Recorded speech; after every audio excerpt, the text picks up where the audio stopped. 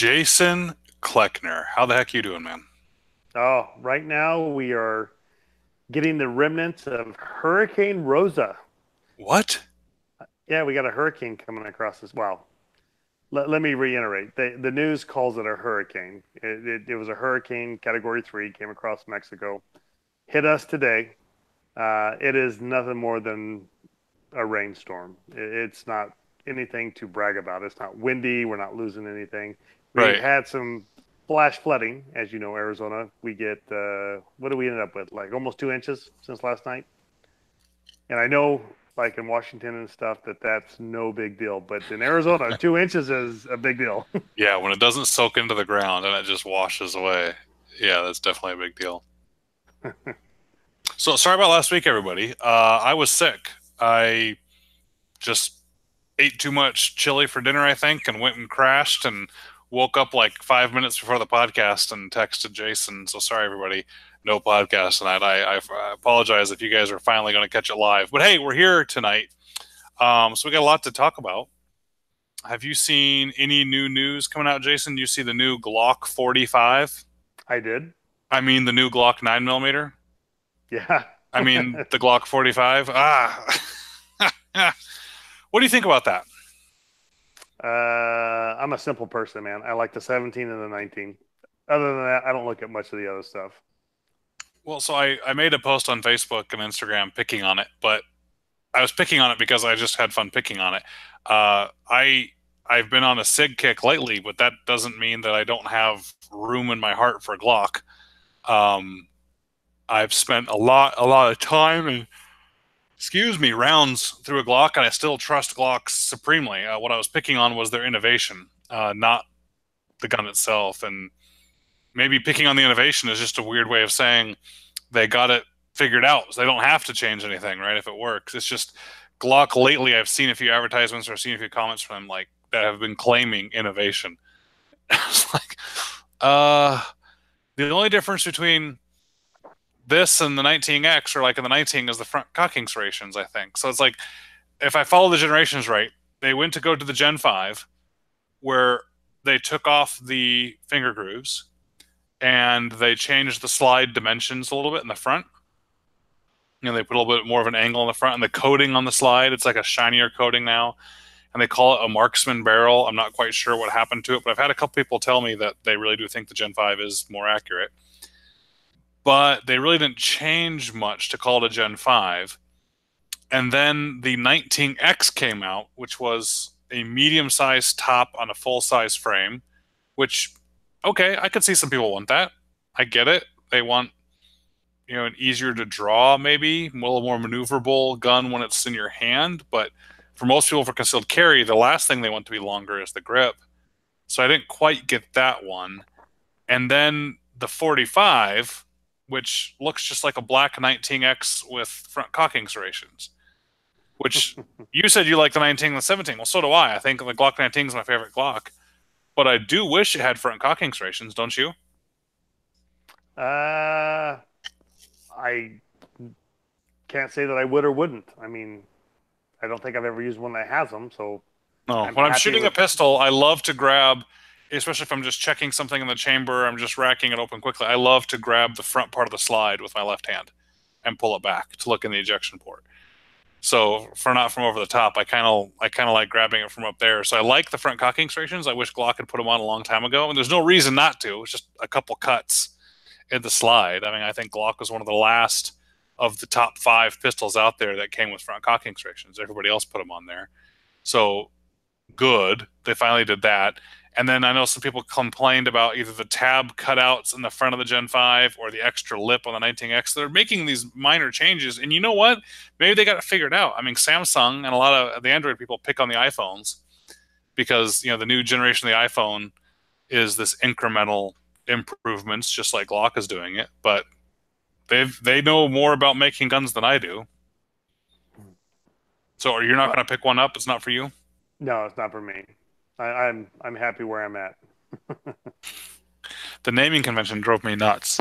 It's like the 19X, okay, I kind of get it, but then they went back to the normal numbers, which I don't understand. with the 45 and they called the 45 the 9 mil, that's just going to confuse people forever now. Now, if anyone says I have a Glock 45, you're always going to have to follow that up with, wait, a Glock 45 or a Glock 45, not 45. It'll be confusing, but oh well. Right. Right? Yeah. Come on, guys. So is that just like following suit? The 43 was a subcompact. I don't even know what the 44 is, or if there is a 44. You know, it's a great question. I don't know if there's a Glock 44. I'm going to look it up right now. I think the 43 was the last one. Glock Yep. 44. Right. But Yeah, I I can can't remember find one. is a 43, and I bought one and I love it. It shoots great, but it's like we skipped one. Yeah, that's true. They're probably like, hey, we don't want to call it the Glock 44. People think it's chambered in 44. So let's go ahead and make Name the it Glock 45. 45 instead. Yeah, they'd have been better off just going to 46, and then it would have worked out just fine. Right. Or if you're doing the 19X because it was kind of like a 19, this thing is closer to the 19X than it is to the normal Glocks. Right? Right. It's a short top with a long bottom. It's just the only thing they changed is they changed the plastic frame on the front a little bit to match the slide. Some cocking. I mean, it should be the 19X FS because they make a Glock 19 with front serrations. They just call it the FS front serrations. So I don't know. Again, they sell way more guns than I do, so they obviously know what they're doing. But That's right. so I have been getting the social media world that cares about what I'm doing anyway, all a buzz with some of my last posts. Have you seen those? I have something about some new play toy that you got to play with, and you're going to write an article about. And I believe you had some steel targets up with some Yeah. marks on them. So I've been showing some groups I've been having out at the range. I first shot it on Friday, and I said, "Hey, testing a new rifle and a new cartridge for recoil magazine. I won't tell you what each are yet, but I'll give you some stats." And the first group I showed was a group at 1,000 yards, and the hints I gave were it's a 300 grain bullet going just over 3,000 feet a second. Now I did it just to be kind of cute because I didn't want to give it away. It's not that it's a big secret. It's just you don't give away everything before the article. That's not how you sell magazines, right? Or you keep magazines happy. So people started guessing so much though that I kept it going. I posted some more groups of it. I posted a 1,250 yard group and then another 1,000 yard group that I shot on Monday. And people have guessed every caliber I can think of but the right caliber. The 338 Norma, 300 PRC, 8.6 Creed. They're even making up calibers like the 450 Kleckner, 33 XC, 300 Normag, 338 Lapua, 338 Snipe Tac, 300 Rum.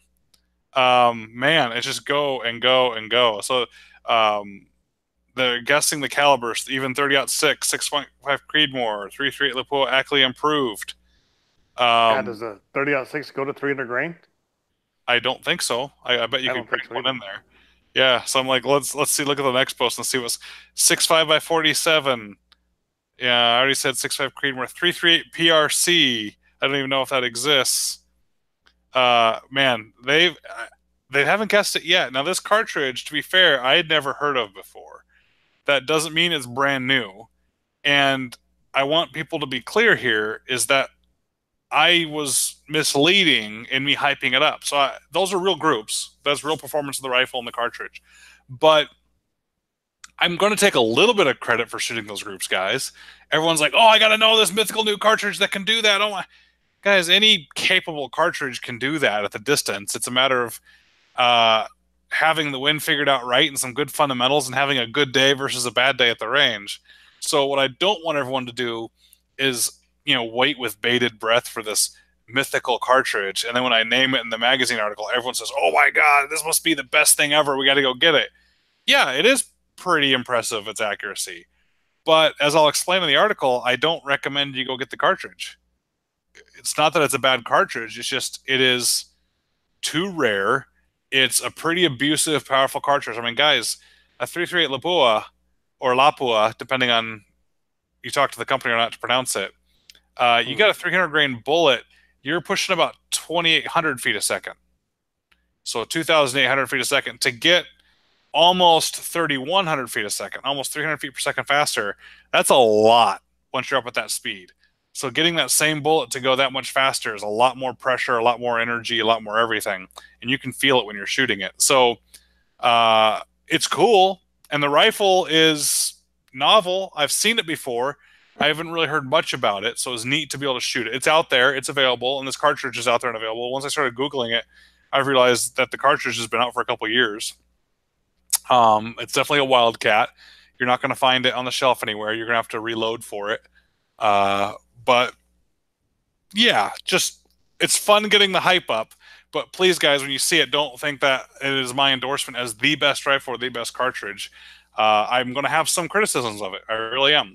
They'll be fair, but I'll explain some of the things I don't like about it and why it may not be for me. It's an incredibly purpose-driven platform. It's meant for shooting big bullets far away. It's about it for me anyway. So yeah, don't think it's all the magic of that particular cartridge. You guys can shoot that kind of group. I can shoot that kind of group at 1,000 with 6.5 Creedmoor on the right day and getting the wind right. So fair enough, Jason. Fair enough. Yeah, because I don't know what it is either. I guessed wrong. I mean, I threw out 20 millimeter lobby and I was wrong at that. So, but I even think that's bigger than 300 grain, if I remember right. I I think that's believe it is. I believe it it's a is. massive, big old thing. Yeah. Now, because of the big bullet and going so fast, wind didn't really affect it that much. It was pretty interesting. Um, Interesting, I guess predictable, but it was neat to see at least. Just shooting at distance. We on Monday, so yesterday when I was shooting the 1,250 yard group, I put I don't know about a 6-inch group on in the chest of a E-type silhouette steel target, and those were the 3 rounds I shot at 1,250. I was working it out, working distance out there, and realizing, oh well, I'm only I don't know a tenth of a mil being blown by the wind. So I held a tenth of a mil left at 1,250, shot, recovered from the recoil, and saw the bullet hole there. And wow, I'll do that again. Did it again. Did it the third time. Sorry, I think I'll stop there. And then moved back to 1,000 and played, hitting some of the gongs there. I just had a good time playing around with it, and decided, my shoulder and face has had enough shooting this thing. I think I'll go check the targets. And so I drove down there, and out at the range I shoot at, the Strategic Edge out in Tennessee, because it has the golf carts. You zip out the golf cart, and all right, I'll take a picture. And the guy that took the picture actually is a podcast listener. So his name's Alan. It was really neat to meet him out there. I drove by him on the golf cart, and I saw him sitting with his chronograph. I said, I just got myself a lab radar. You can borrow it if you want. Just trying to be nice, because he's dealing with having to get a chronograph in front of the shooting line, to shoot through it. And he walks over and he said, "Oh, thanks, man. Hey, are you Ryan?" Yeah. And he recognized us, Jason, from the podcast, so I thought it was pretty cool. He said he was a Oh, fan. that's awesome. So I'm like, hop in, let's go check the targets. And so he came over and checked it out. He was a really cool dude. So it was just really neat to meet somebody out there at the range, and he got to hang out and watch it a little bit. And I asked him not to tell anybody what the cartridge of the rifle was, because he got to see me shooting it. So anyway. Can he keep a secret though? That's the big question. Whatever he says, I'll just say he's lying, and nobody will know.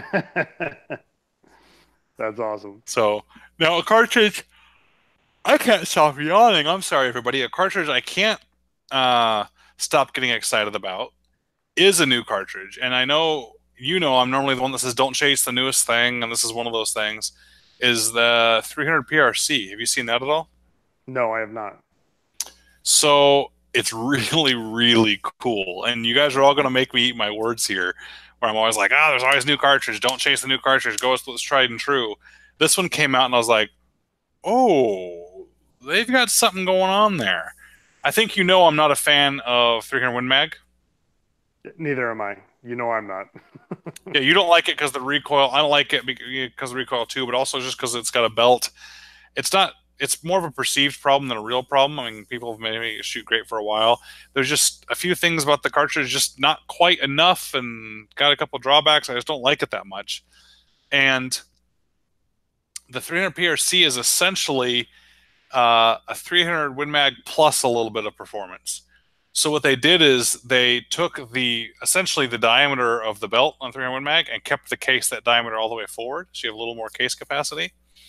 But they put a more modern shoulder design on it, that we figured out can handle the pressures and be a little more accurate. And it's the right length that you can shoot some of these longer, skinnier bullets. You can get some of those long, skinny 30 caliber burgers in there to get some great performance. Now, it's no 300 Norma, but it's trying to compete with the 300 Norma because the Hornady guys have been saying for a while that 300 Norma is unsafe.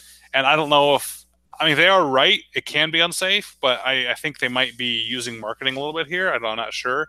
But the 300 Norma that SOCOM got all excited about, when you shoot it at extreme angles, either up or down, can get to really dangerous pressures because the way the powder is in the case and the fatness of the case, the way the powder settles can actually not be very safe to shoot. And so they were trying to tell everybody, hey guys, this isn't the best cartridge, and this is why. I mean, it's great on paper, but not in real life, which I think has been one of the criticisms I've talked about with that cartridge, is that, great on paper, but who knows for real.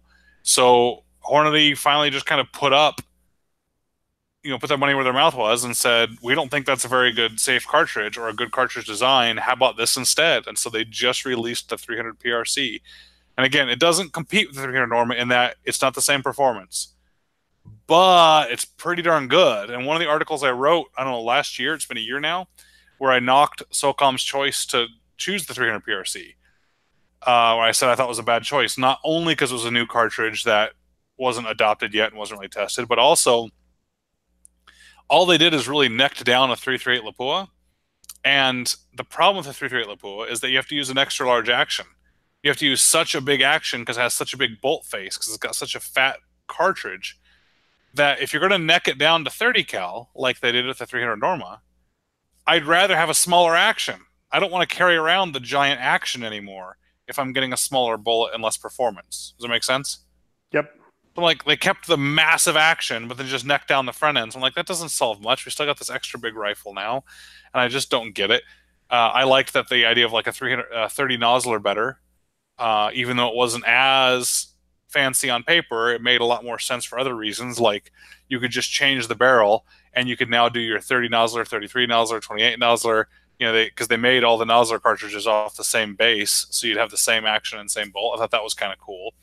And then now all of a sudden 300 PRC comes in almost right in line with what I was thinking, is a little more than the 300 Win Mag, but with the really efficient 30 caliber bullets in a regular Magnum size action. So a regular 300 Win Mag, size action gets this thing going. I'm really, really impressed. Like, this is the first new cartridge that I've really been excited about in a long time. So I'll try and get one and test it out. Now, my favorite round is the 300 H&H, which is it your favorite round, or is it just unique enough that you like saying it's your favorite round? No, it's my favorite round by far. So why do you like it? You like it because the recoil impulse, right? Yes.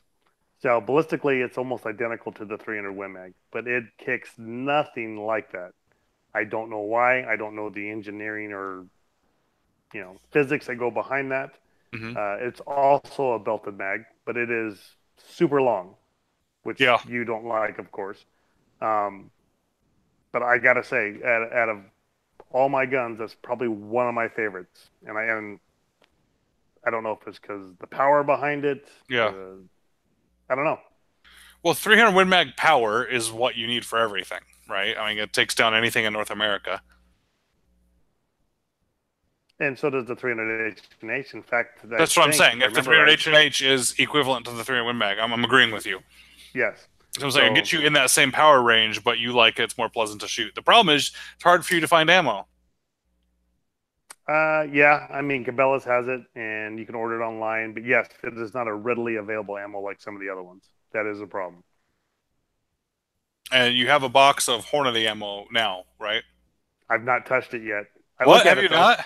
I've not shot it yet. It's too pretty. The box is beautiful. The ammo looks so nice. So no, everybody, Jason got a box of 300 H&H from Steve Hornady. Yes, custom box. And I almost want to put it in a glass case and just display it. Whatever. That was really cool. Mr. Hornady is a really amazing man. I love that guy. And reached out to him like, hey, cousin needs some of this. And he's like, say no more. And I think it was less than a week later he had a box. I did. In your house, right? Yeah, showed up in the mail. Oh, man, I took pictures. I showed everybody. Check this out. That's funny. That's funny. So whenever we'd go around the table and introduce ourselves, like when I used to be on Sammy, or you'd go to the industry meetings, it was always like, oh, so-and-so from whatever. And I go, I'm Ryan Kleckner from Remington Outdoor Company. And you'd go around the table, and Steve Hornady would always go, I'm Steve Hornady. because he didn't have to say what company he was from. It was actually really kind of funny. I liked it. So anyway, That's funny. good man, good company. So 300 H&H. I'll have to shoot it sometime. Oh, dude, next time you're down, we'll go. I'll let you shoot it. So I'm on such a I six love it. five kick now. I'm not going to tell people when because I don't want people to know when I'm traveling. But Jason and I are going on an elk hunt. We picked the dates and we're going. I'm thinking about bringing a 6.5 Creedmoor. Just because I know it can do it now, and I have faith in the 6.5 Creedmoor. Except I have faith in it, but I have even more faith in a bigger cartridge. Right? There's a little bit bigger margin of error if it's not a perfect shot or it doesn't do exactly what it's supposed to do. So I'm torn again. I just proved myself the 6.5 Creedmoor can do it, but then I'm like, I don't want to go on this elk hunt and then wound an elk and it doesn't work, and then I don't want to make an animal suffer, and I don't want to catch a bunch of crap for bringing a 6.5 Creedmoor when I shouldn't have. And then the other side is true. This is the problem when you have a podcast, Jason. We're too public with what we do. I'll catch a rash forever if I end up bringing something bigger. People will be like, "Oh, what? You didn't want a 6.5 Creedmoor anymore?" Right. So, See, I'm in a different boat. I can bring whatever I want because I'm not a fan of any of. I well, I can't got say to I'm be. not a fan. I'm trying to be loyal to my friends in the industry too. So it's like, oh, I'd want to bring this rifle. I'm like, yeah, but I'd want to bring that rifle and that scope because they've been really nice to me, and I'd like to, show their stuff being used. Or I don't want to, have anyone with hurt feelings because I brought somebody else's scope or stuff like that. So yeah, it's I guess it boils down to how far are you planning to shoot? what 1%er firearms industry problems. Just kidding. Right. How far am I planning to shoot? I don't know. I like to shoot at 100 yards. Okay. Well, then I think the 6.5 would be fine. I mean, I have people asking in the comments, 6.5 Creedmoor and elk? Yeah, Jeff. Go look at the Plains game in Africa I took with. Wildebeest was 40 something yards, dead. He ran 40 yards, a big wildebeest by Warthog. And I watched multiple kudu and Gemsbach just die. It's just amazing what that 6.5 Creedmoor did. Now, we were using that soft point S&B ammo, though, which is old-fashioned, complete round nose bullet, which was devastating on the animals. And I think it's because it just punched so hard at that speed and just disintegrated. I don't know if I want to do that to this elk because I want to eat the meat. And I don't know if I want lead dust just shredding meat inside the animal. So I'm thinking I like to hunt with copper bullets. I really do. When I'm going to be eating the meat. And now that I'm going to a copper bullet, I'm starting to think, well, wait a minute, that's not the same thing anymore. That's not going to be instant explosion of the bullet. That's going to be holding together. Maybe I'll do a 308. I think you'll be wanting to shoot your Q rifle in 308 if we get it to you, right? Yep. If we get it in time, if not, I'll probably bring my 7 mag, which is that Well, if we don't get it to you in time, I'll just bring it with me and you can shoot it then. Okay. So that's easy. The only reason you're not getting it in time is I still pull it out and I go, man, this thing is kind of awesome. Well, it's crazy. You get on their website and you can't even get a Bartlett barrel now. It's either no barrel upgrade or the proof research. Yep. But the Bartlett barrels are all hazed out. You can't even pick that right now. So I don't know what's going on Might with be out that. of stock or what. Yeah, so it's like, I'm going to get you one. I keep looking at it and going, man, this is kind of cool just to say I have one. And now I found out where the barrel extensions are because it's like an AR style interaction. So you can just get a barrel with a barrel extension and just put it in. You don't need to headspace it or anything. And so I was like, ooh, so now I can just get a 6.5 Creedmoor barrel for it if I want, whatever length I want. And I can just throw it in there. Would it make you feel better if I did a little trade with you? Depends on the trade. Well, I have AAC AR-15 that you do not have. True. That's not a fair trade, though. No. I'd have to give some money on top of it. No. Right. No, I'm not saying straight across. Now, guess what is coming in the mail to me right now? I got a tracking number a couple days ago for it. The Kleckner rifles, upper, lower, and handguard combos for the AR-15s. Which I am super excited for. They look pretty. They're going to be nice. So I can't wait to build those things out and get rid of them. I'm going to do five. So five. That's it. I loved the building the rifles, having the custom rifles was a neat thing, and it was fun for getting people excited and showing stuff. But I don't have time enough to finish the books or the courses that you guys want. I definitely don't have time to be chasing around building the rifles, which is a bummer. Even though it is fun and it's cool to have my name on them, I think it's even more fun to make just limited runs of them. So I think I'm just going to make five, and that's it. So that'll probably help them sell too, is a complete limited edition for them. And these are going to be more target AR-15s. So you could use them as more of a run and gun AR-15, but it's not going to be an ultralight AR-15. It's going to be more of what you'd consider an SPR design, special purpose rifle. It can be used like a normal AR-15, but I really want to make it for accuracy. So Yep. Well, I'm excited to see mine show up in the mail. See, I already claimed one. So now you've only got 4. Oh yeah, no, I agree. There's going to be 5 that exist, and you're going to have one of them. That's right. So for those of you awesome. out there that want one, there'll be 4 available. 3 available. I'm going to keep one. There you go. And I'm going to take the one with the number 3 serial number. Oh, that's right. Yeah, they're numbered 1, 2, 3, 4, and 5. So you can have 3. I don't mind keeping 5 if someone would rather have 1. I don't care. I can't make them to sell them and want to keep them. That's kind of the opposite of trying to sell them. But yeah. Now, see, that's the biggest problem with it, though. Anything I've ever built, I'm like, yeah, I'm keeping this. Yeah. Not selling it. This is too cool. I had too much fun doing it. Yep. I get it, man. Now, in other news, I saw where California's got a bill where you got to be 21 to purchase a rifle. That's just common sense gun control, Jason. Yeah, right? I don't know if you saw this or not. I don't even know. I saw it. So the problem I have with it is there's a good image out there that shows it all on there, and they show like the past 20 mass shooters. And I think 2 or 3 out of the past 20 were under 20, or the biggest 20 were under 21. And all of them that were under 21 stole the gun. Right. I think. Or maybe one of them didn't.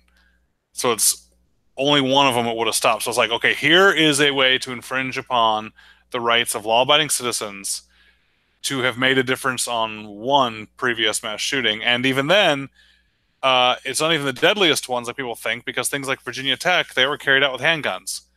So, or stolen guns. I don't get it. And my biggest problem for the constitutional rights of it is, 1, it's just infringement. But 2, it is not unreasonable to imagine a 20-year-old couple that lives on their own. And let's say the guy is in the military and deploys, even worse. And the wife is there with a small child by herself while her husband's on deployment. She can't get a handgun because she's under 21 for federal law, and now she can't get a rifle or a long gun either. So we're literally telling them that some people have the right to firearms for home defense, but other people don't. Right. So that 20-year-old, if she's old enough to be out on her own, but she can't protect herself, that's insane. I have a question to that, which is why I brought it up. So they're saying they can't purchase one. Mm-hmm. You can still own one, right? Can you? I don't know. I haven't read the law. Well, no, I don't know. That's what I'm asking. And if you don't know, then there's the answer. I have to look it up. When I moved out, I was 18, but I had, my pistols, my hunting rifles. I had all my stuff. Yeah. That I grew up with. And that's true. You could have things bought for you, and then that also invites the question, what good does this law do then? Right. Someone can get it anyway. What's the point? I just don't get it. And then to touch back on our last podcast, we were talking about knives. I did do some more homework into it, and I wish I had a better answer, but it seems like knives are protected under the Second Amendment.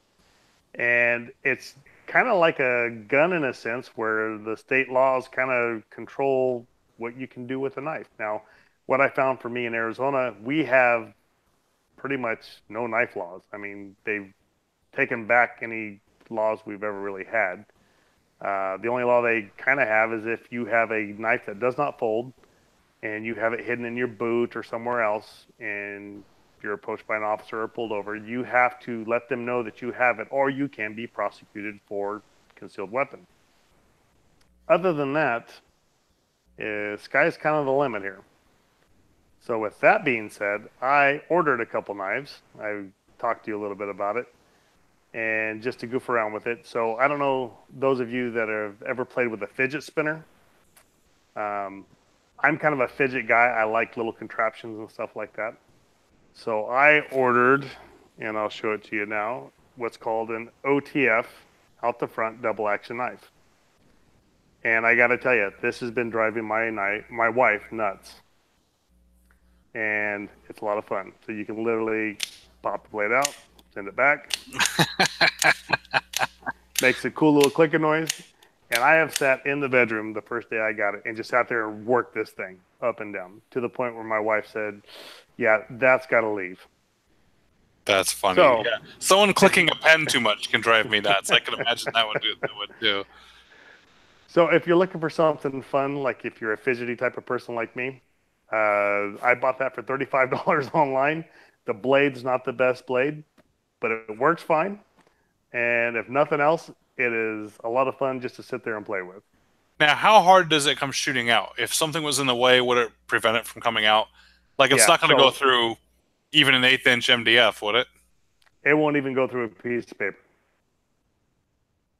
Wow. Okay. So I actually tried that test. I was curious how strong it was. And so the easiest way to explain it is if you look at this knife, there's a spring down the middle of it. Mm-hmm.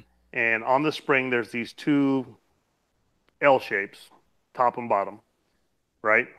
So the tension that you push, and it snaps back right there, there's just enough tension on that spring that when it hits the release on the blade, it throws it forward and locks it back in place. So even though it looks fast and powerful, it's really a spring moving. It can't move more than 1/4 of an inch. Internally. Gotcha. And it's the same thing down. So the spring is never under tension. The tension is you working the actual button. When you push the button up or down, so it's as if the thing was just floating loose and you were taking your thumb and flicking the thing out. Right? I mean, it's the force, I'm saying. There's as much force as you could take your thumb and flick it to fly forward under inertia and lock itself out. Correct. Okay. So there's not very much power. I mean, to the eye, it looks like it's incredibly fast. But I mean, like I said, if you put it against a piece of paper or something and flicked it, it would literally just hit it, and it might poke through just a little bit on the paper, but it's not very much. Okay, gotcha. And then you could flick it out, reset it, and then drop it back down. Now, once it's locked, it's locked. I mean, I've stabbed it in wood and just curious how long it would hold up, and it holds up fine. Good. That's awesome.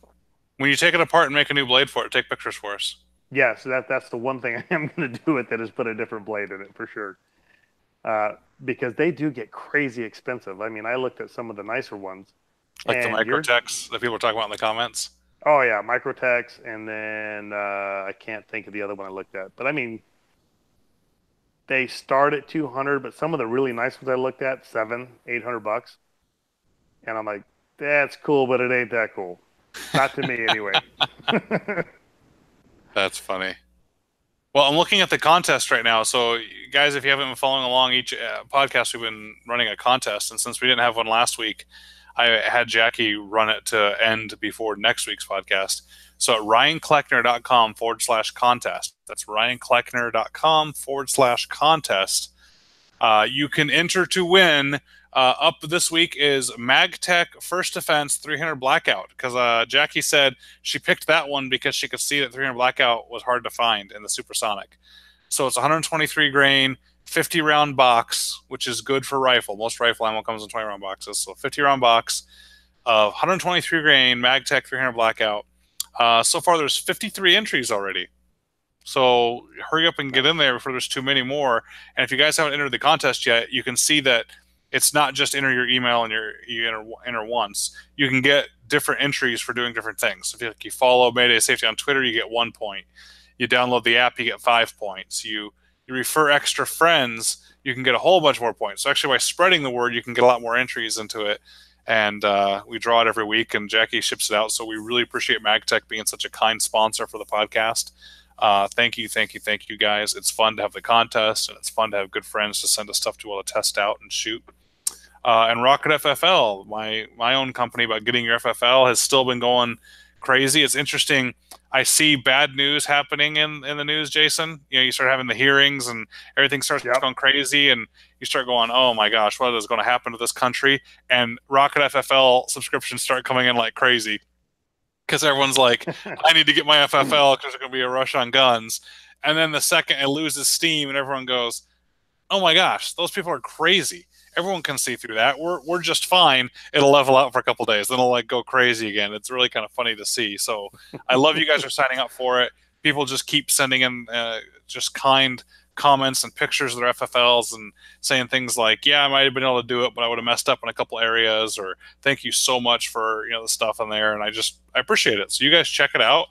RocketFFL.com. Get your FFL, and the compliance courses are almost done. So we'll get those things up and get those going, and people can get extra money. And for all you that have been waiting for the compliance courses, appreciate your waiting. Sorry to make you wait, but you saved a ton of money. I think people are signing up on those for like $20 now, the compliance courses.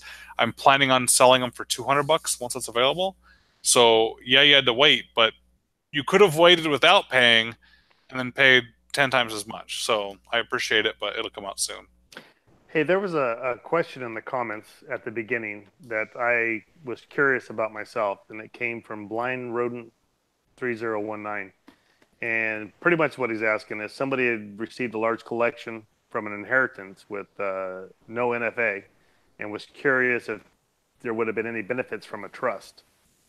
I don't think I'm so. I'm not a fan of trusts, but no. what do you say? Well, I have a trust, and the kids are set up as the beneficiaries. So I don't know. That's a good question. Are you happy you have the trust, or would you have done the trust if there was not NFA? I did the trust, so I was not the sole owner of the silencer or suppressor. Right. So if there was no NFA though, if there was no silencers involved, would you have done a trust? No, I would not. Yeah, that's what he's saying. There's no NFA stuff, so I don't know. I don't know what the benefit would be. I guess the idea is making it easier to pass along to your kids or to the beneficiaries. But if you just have a will and you say in your will, all my firearms go to this person first, if they're not around, this person next, your will solves it. So I don't want to give you that legal advice, Blind Rodent. I mean, I'm glad you asked. I think you asked either an email or on social media too. I saw this one. I don't see a benefit. I'm not the biggest fan of trusts unless you really need one. They can be a pain.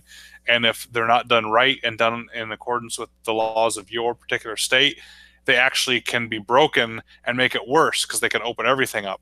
But trusts definitely have their place. They can be really cool in some instances. Just for firearms, I think it's so much easier just to make a will and say, every firearm I own goes to this person or is treated this way.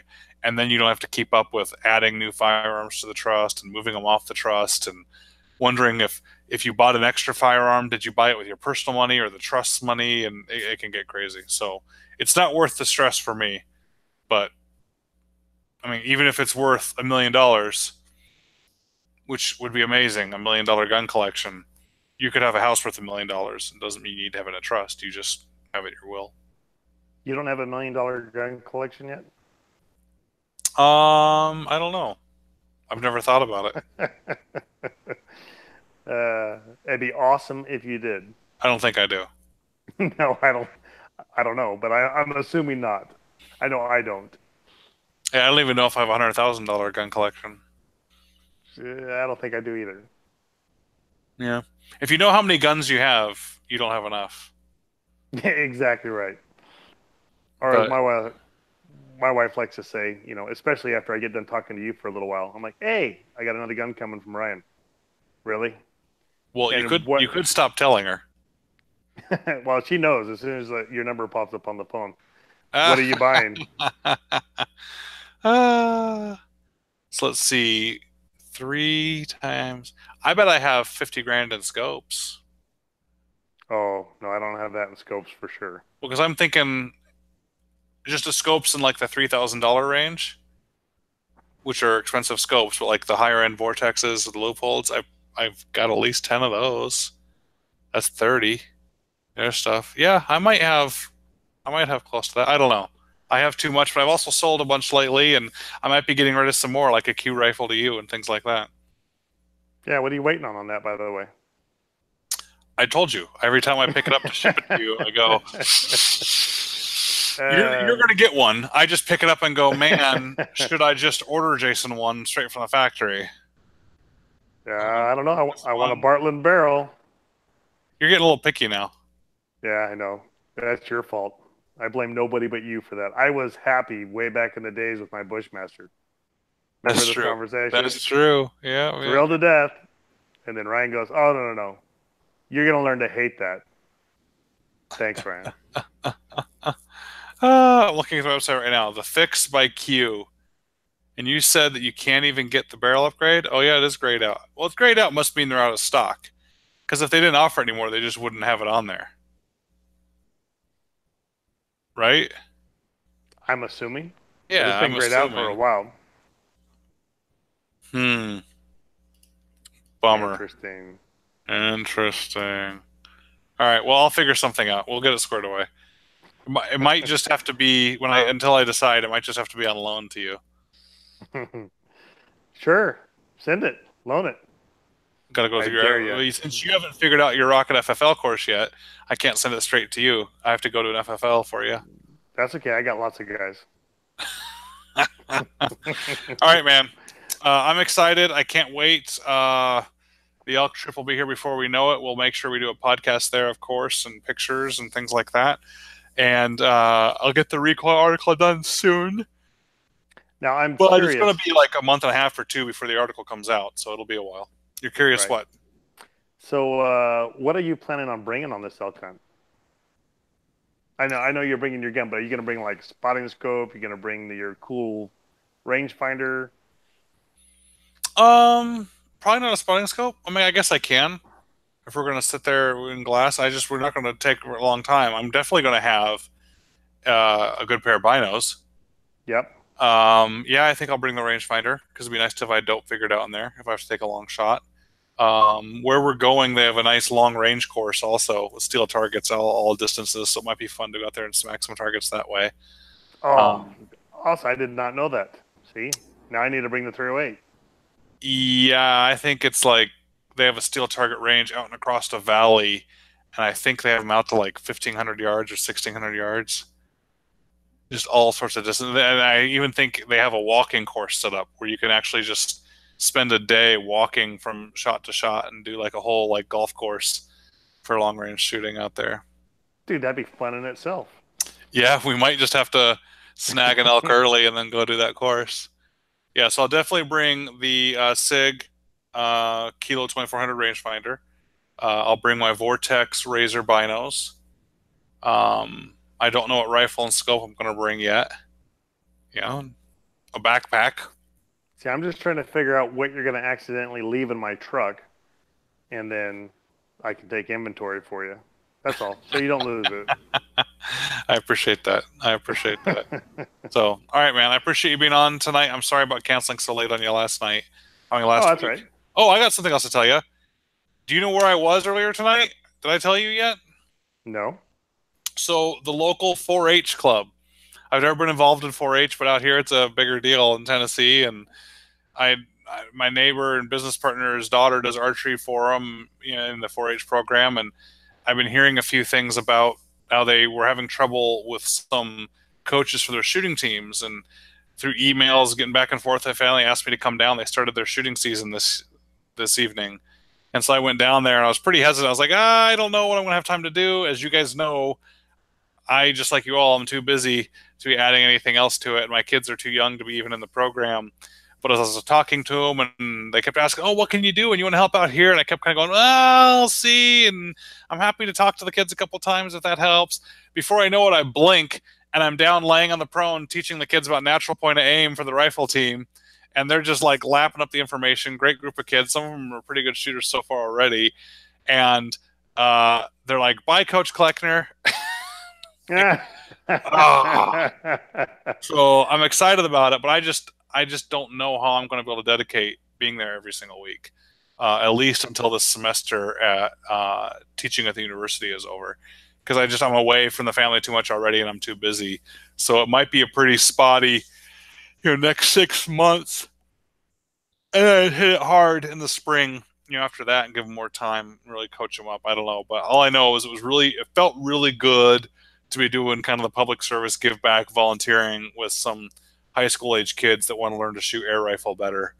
And I don't know. I'll keep you up to date if I get a chance to keep doing it, which I hope I do, because it seemed like a good group.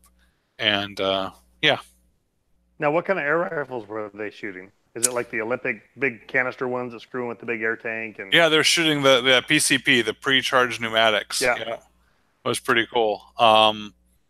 They had some nice equipment, and again, some of the kids they're just laying down there shooting. We're shooting some amazing groups already. They definitely could use some work on the fundamentals. And I mean, the 4-H program looks cool, but it's going to be just like any other program like that, which I think is going to be seriously wanting when it comes to really learning how to shoot. I think it's a lot of